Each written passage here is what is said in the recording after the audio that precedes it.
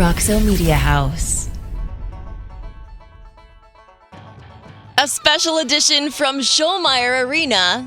This is Frogs Today, with special guest, head volleyball coach Jason Williams, ESPN football expert David Pollack, head basketball coach Jamie Dixon, plus head football coach Sonny Dykes in his own words.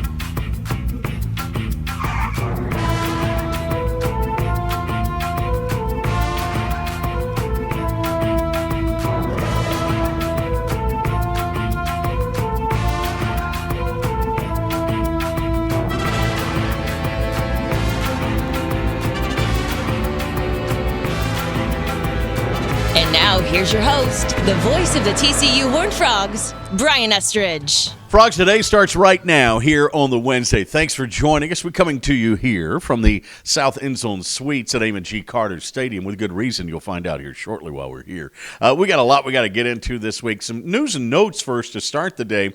And let's start on the football side where Garrett Riley has been named one of the finalists now for the Broyles Award. The Frank Broyles Award honors the best assistant coach in college football every year.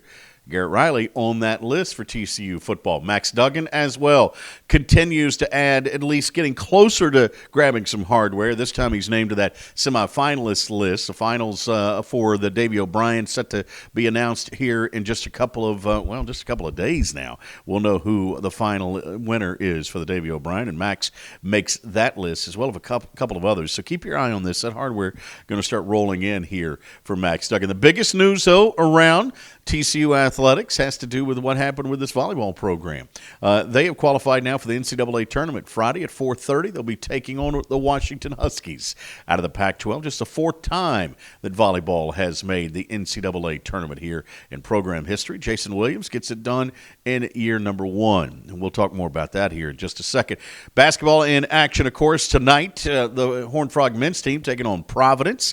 Jamie Dixon's going to be by a little bit later on. Last night actually was a businessman special yesterday. Incarnate Word in town for Reagan Peebley's team. So busy time of year right now, but let's start with that big news we talked about earlier, the volleyball program. We had a chance to catch up with Coach Williams and the gang as they get ready now for the NCAA tournament that happens on Friday. Just super excited for this group, super excited for the university, super excited for the Frog fan, just being able to be a part of this. And with this senior group that hasn't been able to experience it before, I'm just so excited for them. Yeah, I'm super excited. This year has been super fun, a blessing, something that I didn't expect, and I think it's been just super, super special to get to be a part of, it's my last tournament, but it's also a lot of these girls' first tournament. So I think that's been a lot of fun. Fun for me to get to go one more time, and fun for them just to see the excitement of the first year. So proud, so excited, something really none of us have ever experienced before. So honestly, I don't even have a word for it. Just so full of joy. I'm super pumped. As they have said, some of us have never made it, some of us have, so I'm just super pumped to see what it's all about. Oh my gosh, it is just such a big blessing, and I think this team has worked so hard all season long, and our team chemistry has come together, the grit we have, and just overall we were just so excited. I'm so excited. It's just surreal. It's just such a great moment to experience this with some of my best friends. It's just amazing. I'm so happy for our program, for our university, for our coaches. It's just awesome. Well, from that piece there, we bring the man himself onto the set here as we come to you from the campus of TCU today for Frogs Today on the Wednesday edition. Glad you've joined us. The Jason Williams is with us right now, and he's alongside. Wow, congratulations, man. You told us from the beginning, I remember the first conference that we had, and you said, listen, this is not, I don't believe in rebuilding. I don't believe in being patient. We want to get after it, and you found a way to get them in the NCAA tournament in year one. It's pretty amazing. Yeah, thank you. It really is amazing, and just really proud of the players, and it really was just the buy-in. You know, they believed, and I just tried to build that belief in them, and the players were there. But yeah, just the overall buy-in, I think, is what's kind of led to our success. Was it 10 or 12 games in where it all started to click, and I guess that buy-in was complete? Preseason was rough. Yeah. We were running a different lineup almost every match, trying to get Audrey on the right side, which is where we thought her natural position would be. But yeah, about 12, 13 games in, we were like, we just got to move her to the outside, to the left, and that's where she just started blowing things up. Boy, did she ever. Continues to garner, now postseason awards, first team all-conference, but of course, Player of the Week again. Was that 4 times? 4 times, I mean, yeah. That's pretty amazing. Yeah, it's really special and rare. Not many have done that. Right. Did you know that going in, that she could be that kind of player? Oh, definitely. I mean, she was that player in juniors. Yeah. Started her career here pretty good, then got injured, and then I think she just didn't believe that she still had it, and this year we were just able to get it out of her. She's a lead by example kind of player, isn't she? I mean, Definitely. Yeah. A little bit of a quiet leader, but yeah, when our kind of metaphors in our gym are just be a dragon, you know, like dragons kind of decimate everything in their path, and we always say we want to crush balls and break fingers, you know, in volleyball, and she can do that. I love that. She is kind of your quiet leader by example. Mm-hmm.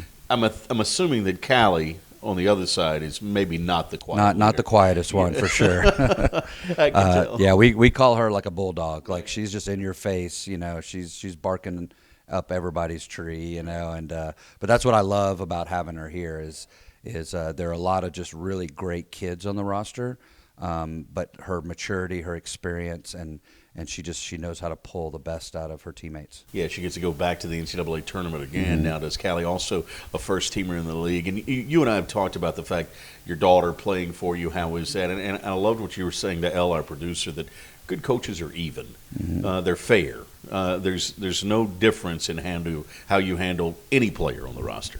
Yeah, definitely. I mean, when you're I wasn't really worried about it, but there's going to be the perception of, like, how's this going to work out? New head coach, daughter comes in. Like, we've heard a lot of horror stories of different sports in the past, but I think we just did what we do. We have a great relationship off the court, and I think everybody saw that. And she doesn't talk back to me, you know, like, she treats me like a coach in practice, and now the maturity when we have the conversations out of practice, it's more like coach to coach. It's not she's just not, you know, complaining or trying to play favorites as a player. She sees it. She sees the game, and she knows what we needed to do. Was there even a conversation at the very beginning? Did you even have to sit down and say, okay, here's how we're going to handle this, or did it just come naturally? Well, you know, everything was really fast. Yeah. So she was retired. Right. She had a job, was planning on getting a job. There was a hiring freeze. So she's like, what do I do? I'm like, come play for me, because I could use your leadership, whether you play or not, you know. And we already had Kinsey, who's an amazing setter herself. And when she decided to come in, it was just like, hey, this is, I need you to stir the pot a little bit. I need you to try to pull, you know, the best version out of the players as we can. And again, I'm proud of her maturity, because she would see what I was doing and, like, understand how I was speaking to the team, and she could kind of translate for me in a way that they could understand even better. We saw the watch party with those highlights just a moment ago. Was there ever a doubt for you? There was a doubt all the way up till we won the last match. Once we beat OU, to me, there was just no way, you know. And there's forums out there that, you know, try to analyze everything, and our name was never in the discussion for the bubble, for like really the last week. And so I felt good after that win, but I did think if we took the dinger to OU, that could have dropped us back down on the bubble. But our RPI, I think, was high enough. But until you see your name flash. 100%. I've seen some scary brackets come out, people not getting called, and but just the joy that they had, the pure joy, of seeing your name up there is just awesome. But I know you, and the times that we've been together, just getting there is not enough. No, you got no, Washington coming up on Friday, and I know what's running through your mind right now. Oh, yeah, 100%. It's a good draw for us. I mean, obviously, we knew we would probably be in a bracket with a number 1 seed, maybe a number 2 overall. But Washington, I mean, they're a very good team, but this is not one of their best. And they've had an injury to a major position, so very, very winnable if we play the way we can. And going into it pretty healthy?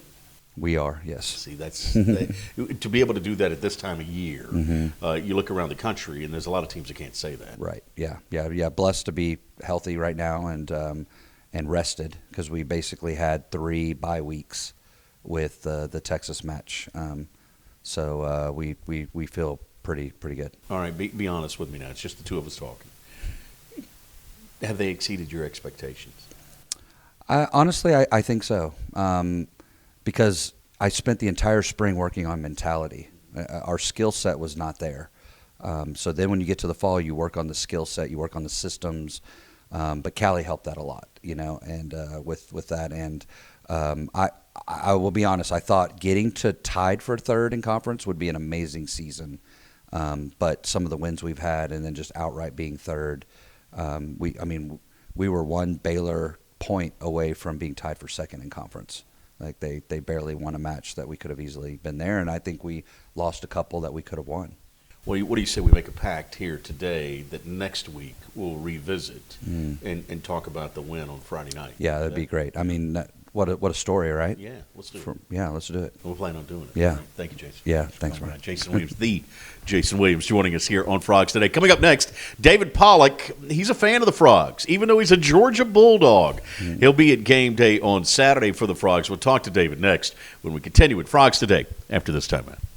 Dave's Hot Chicken is a cult favorite and now has 2 locations in Fort Worth, Bryant Irvin Road on I-20 and Berry Street at TCU. Both owned and operated by Horned Frogs. Order the number 4 or number 5 for the tastiest lunch special under $10. Or order online at daveshotchicken.com. The Flying T Club provides the everyday TCU fan and alum the ability to specifically support TCU student athletes. Flying T Club offers 3 levels of memberships. The Flying T Club is a nonprofit organization supporting the brand development of TCU student athletes through a series of unique event-based networking opportunities, which are exclusive to our members. These events provide a great social engagement tool for our members and student athletes alike. Follow them on Instagram at Flying T Club or online at flyingtclub.com.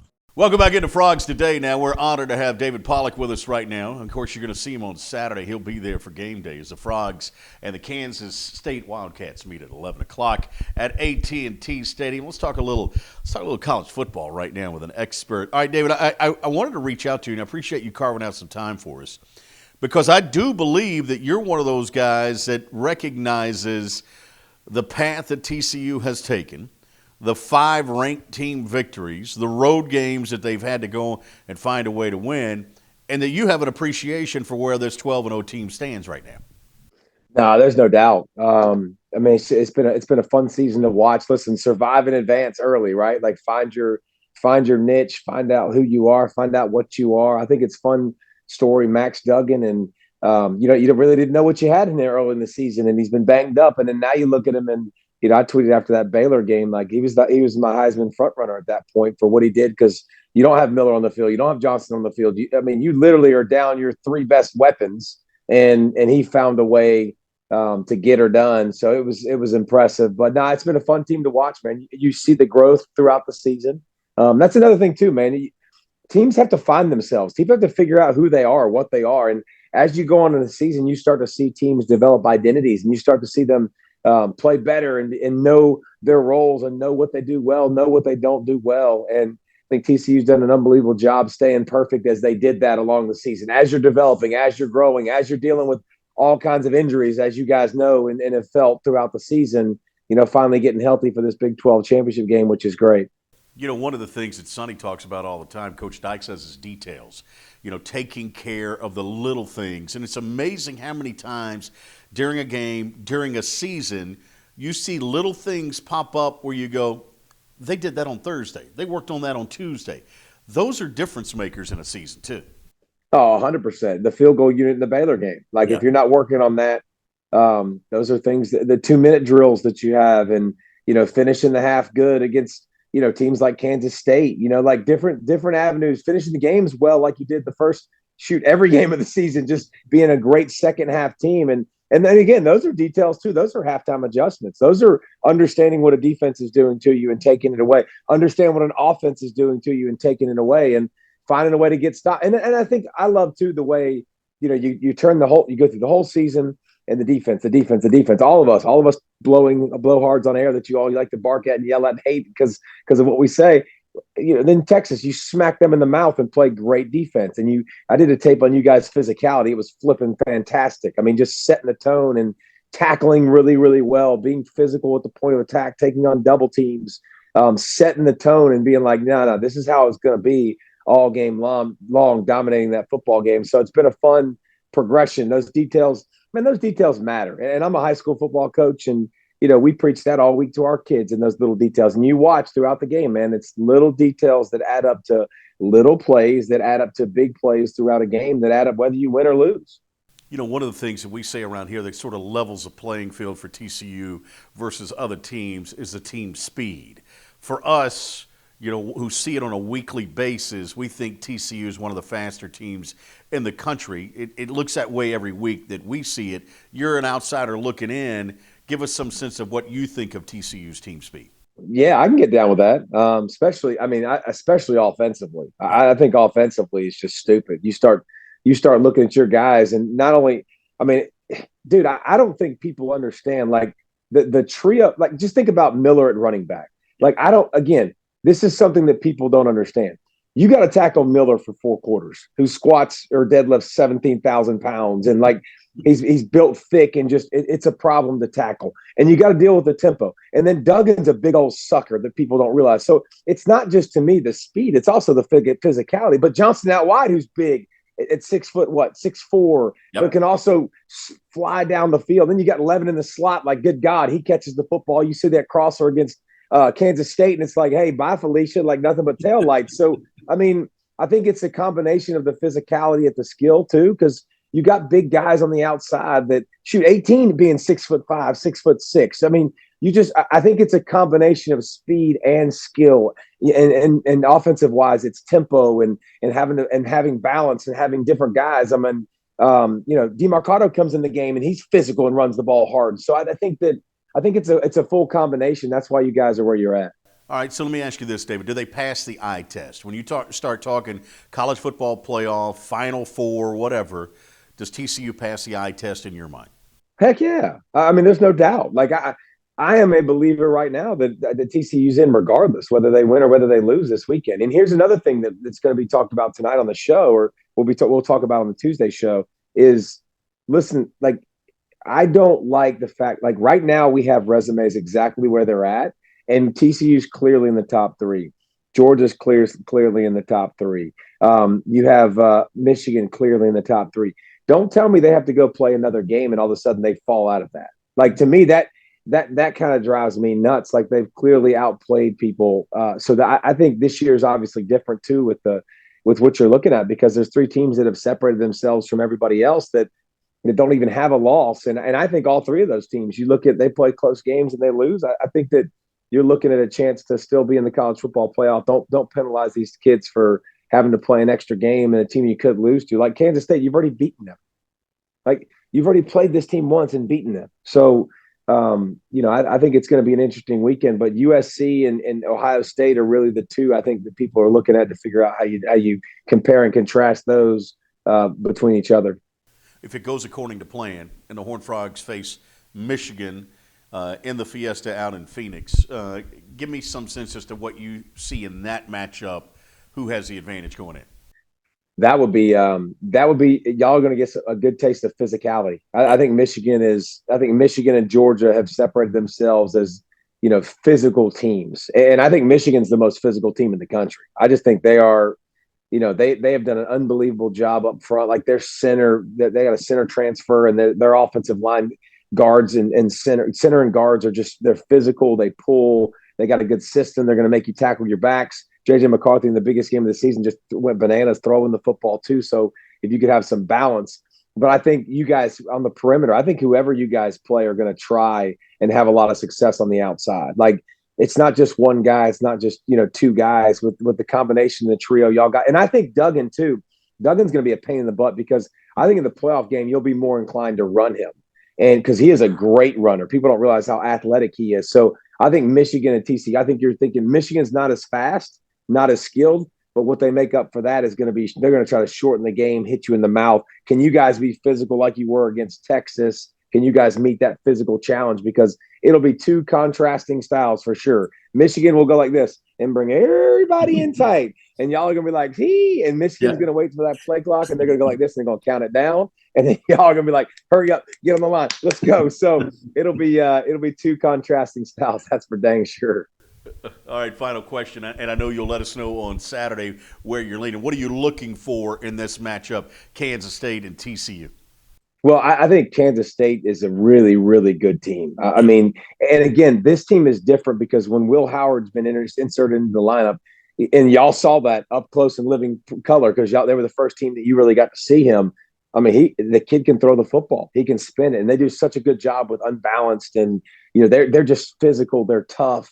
They're a little bit dinged up at safety that I think you guys can take advantage of probably a little bit more. But they're a good team and a different team since Will Howard's been in the mix. But listen, I expect TCU to do what they've done all year. I do expect them to win.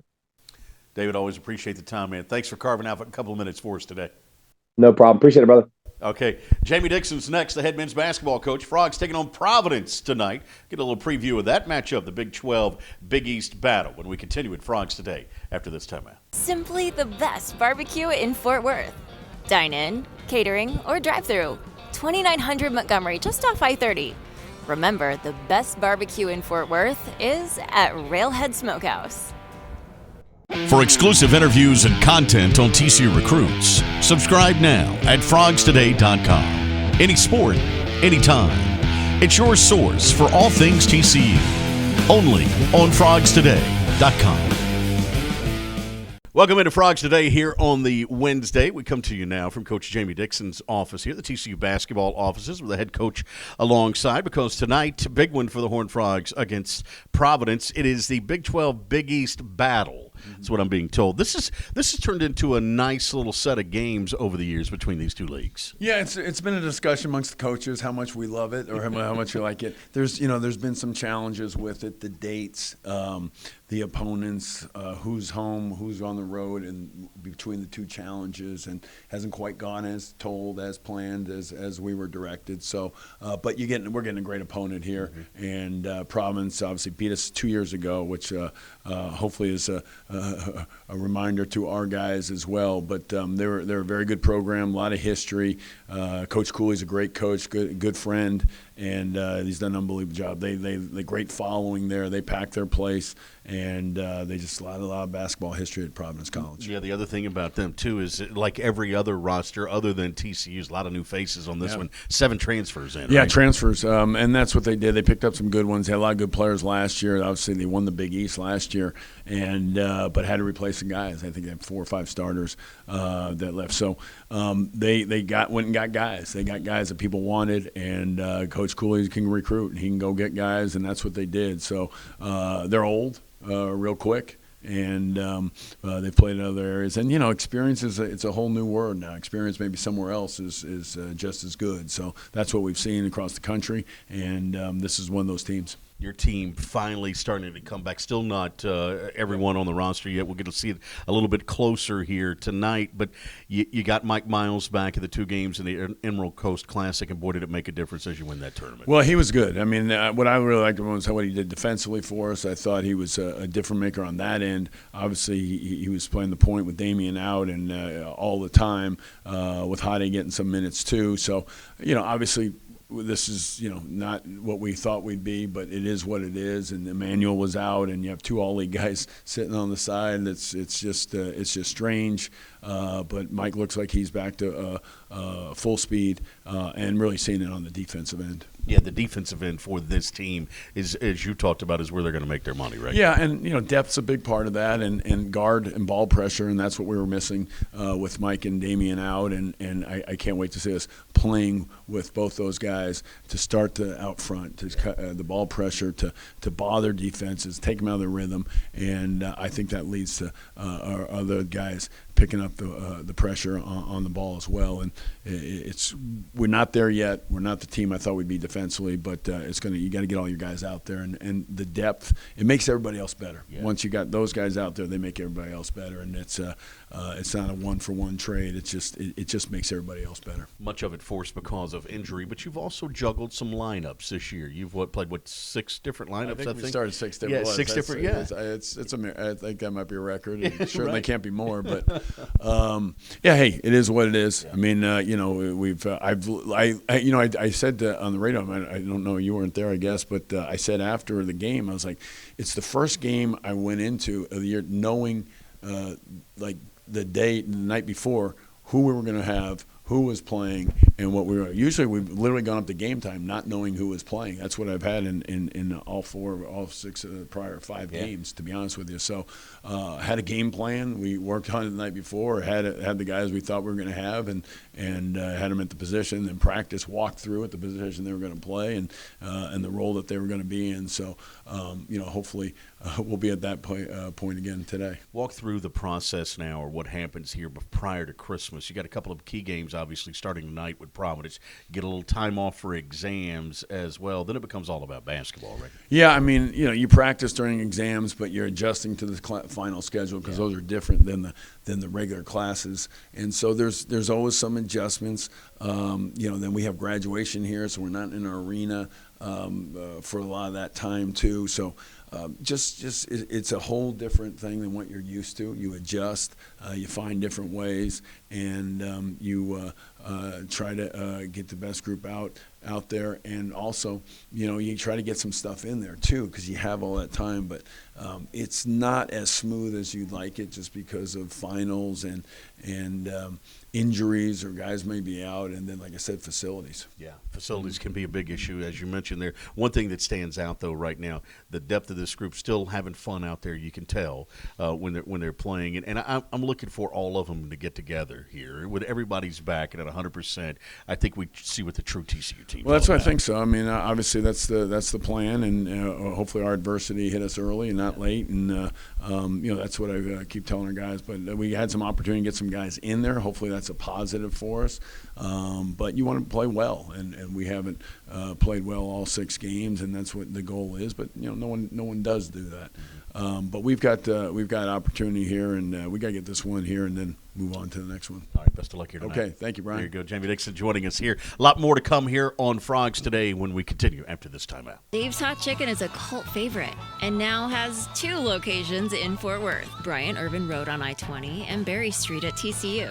Both owned and operated by Horned Frogs. Mention the Frogs Today show and get 10% off anytime, and order online at daveshotchicken.com. The Flying T Club provides the everyday TCU fan and alum the ability to specifically support TCU student athletes. Flying T Club offers 3 levels of memberships. The Flying T Club is a nonprofit organization supporting the brand development of TCU student athletes through a series of unique event-based networking opportunities, which are exclusive to our members.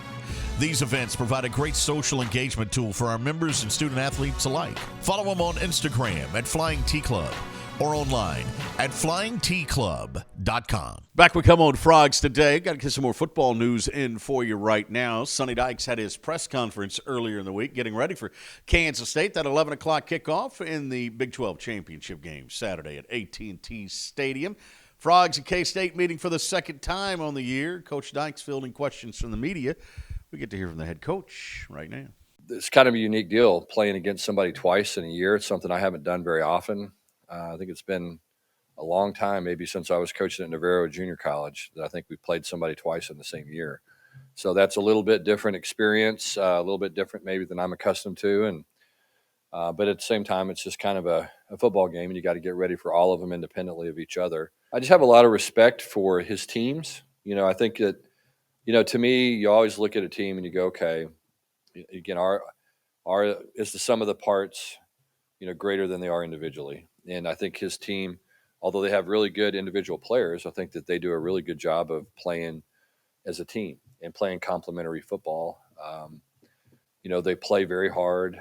They don't beat themselves. I think we're two of the better teams in college football, both their offense and our offense, not turning the ball over. We've played a bunch of games in a row, and so it's been it's been a challenge just to try to get the guys back fresh and fast and rested and feeling good mentally, because it's like anything else, they just get a little bit worn out mentally, and that sometimes you got to try to think of all the different things you can do to. You tell them a million times, boy, you guys feel great, don't you? Well, you're really fresh, aren't you? They just kind of look at you like, actually, no, we're not, but whatever you say. So, that you try to play that kind of psychology with them a little bit. But the good thing is I think the guys feel good. The light's at the end of the tunnel. They know that this is for the conference championship and all the stuff that goes along with it. And so I think that there is a different feeling, maybe than there has been, certainly than there was a couple of weeks ago. Yeah, you know what? It's been so much fun to be a part of this team, just because I think we have done a remarkable job, and I'm not really sure why. I mean, I've got, this is one of those things that once all this is over, we'll sit down as a staff and we'll talk about, okay, why did these players handle this so well? And was it something we did? Was it something they did? Was it some kind of innate character trait that this team has? Was it the leadership of the team? Just, we'll kind of go back and try to figure out a way to bottle it in a lot of ways. Conference championships are hard to win. You know what I mean? And you go and you look at really successful programs, and oftentimes they haven't won that many conference championships. And, in the Big 12, you look at the dominance of Oklahoma, quite frankly, over the last, 20 years, and they've won a bunch of conference championships in the last 20 years, and everybody else has won a couple, and I think that a chance to win that is obviously a big deal. And then obviously our players know the implications of all that on the bigger picture as well. And so, as I said, I don't get a sense that the guys are tight or any of that. I haven't felt that. I think they're just excited about the opportunity. And again, I think that feeling again comes from the belief that they're, they have confidence and they think that they're prepared, and that confidence comes from preparation. Sonny Dykes, in his own words there, is his team still undefeated on the year. Frogs have been living right? So we're all going to get rewarded at Christmas for sure because of this. Well, the annual Christmas tree lighting took place on TCU's campus. We had a chance to ask folks exactly what they were looking for under the tree this year from the Horned Frogs. If you had a Christmas wish for TCU football, what would it be? Oh, win the Natty. Easy. That's the easiest question in the world. Win the Natty. A national championship, for sure. Win it all. Go all the way, baby. Let's go. Win the championship for sure. Yeah, win the national championship. To finish all the way undefeated, yes. Right. Take down Georgia in the national championship. We want Georgia. Absolutely to win. National championship, yeah. Let's go undefeated the whole year, yeah. It's been really fun to watch. Although if they don't, the last handful of games, 5 or 6, have just been awesome. I mean, the excitement is just right up till the last minute, and it's been really fun to watch. I want more Hypnotoad and more wins. Max Duggan for the Heisman. They've been giving us a gift this year. I hope good things happen for them. Go Frogs! Go Frogs and all hail Hypnotoad. Let's hope that Coach Sonny Dykes and his Horned Frogs can make many of those wishes come true as it starts on Saturday, 11 a.m. The Horned Frogs and that championship game matchup against Kansas State. That's going to do it for this Wednesday edition of Frogs Today. Don't forget, coming up Friday, we've got a live edition, big event taking place at the Kelly Center on the TCU campus. We'll hope you'll be able to join us in person for that one. So we got some of the greats in Horned Frog football will be stopping by. It's a live edition of Frogs Today. It'll happen on Friday. For our entire crew who helped make this one possible here today, thanks for joining us on the Wednesday edition of Frogs Today. See you Friday.